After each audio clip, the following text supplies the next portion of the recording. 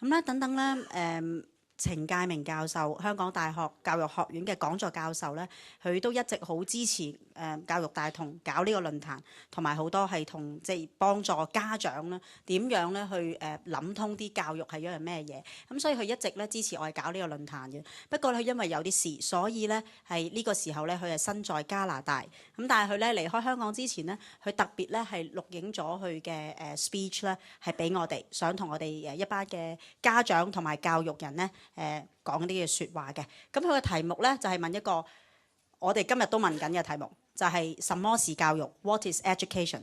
咁我一齊聽下佢有咩同我哋講，交俾程介明教授。Good morning, everybody. I have to thank the organizer for inviting me to this very exciting conference. Very unfortunately, when this conference starts this morning, I'll be somewhere in Canada and cannot be in Hong Kong physically.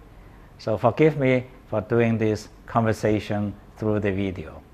The title of the conference is We Need Choice, or otherwise, there is choice in education. What I'm asked to talk about in this opening is what is education, and that is very dear to my heart. I've been in education since I was 4 in kindergartens and then in schools and universities, and then all my careers are in education. What is education? I have 2 dimensions about education. Education is what we adults organize for our children to prepare for their future. That is my definition of education. Learning is a human instinct, but not all learning are organized, and not all learning are organized based on our adults or parents' experience. And that is very different from schooling. I visited a village called Sturbridge in Massachusetts, the United States. It's a tourist spot where people lived the life of 1836. I played a student and attended a class and talked to the teacher afterwards. I said, why are they coming to this school? And she said, very simple, because they wanted to have a job in Boston.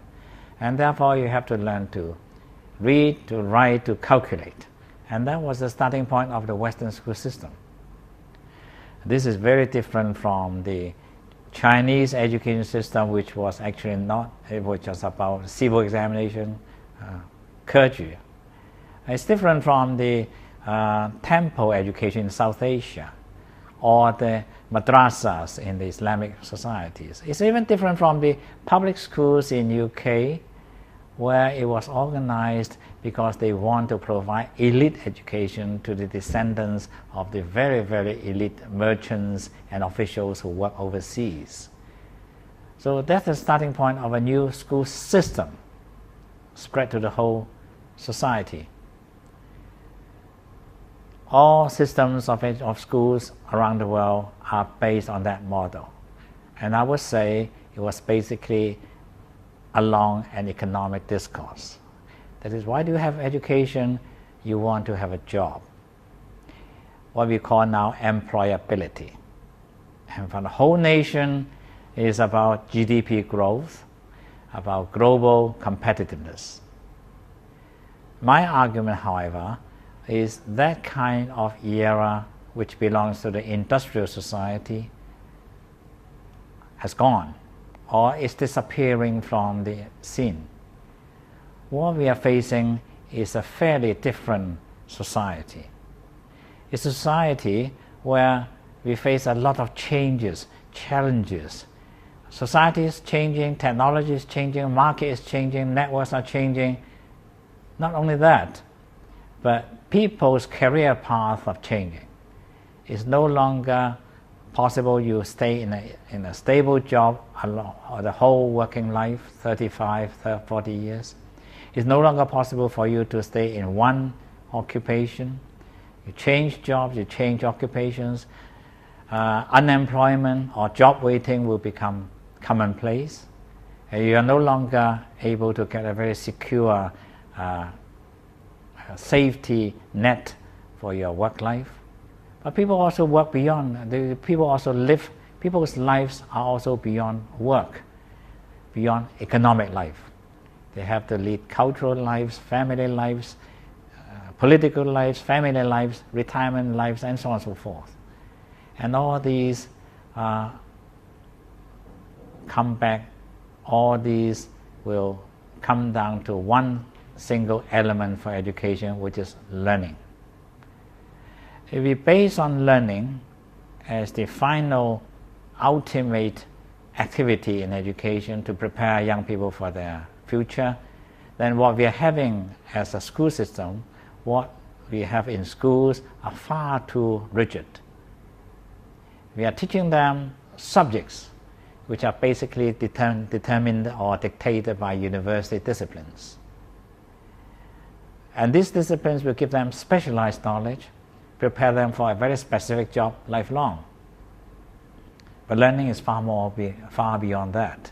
Learning is about experience, a process where you make sense of the external world around you, experience where you can learn not only the basic skills like a language and mathematics, but also a broad range of very profound subject knowledge, but then also learn how to deal with human beings, how to work in organizations, in teams, and also how to work, how to handle yourself, self-management, self-discipline, self-protection, and so on and so forth.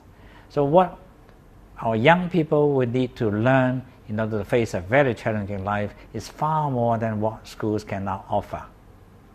And therefore, what is education comes back as a question that we have to face not only among educators, but even more among parents.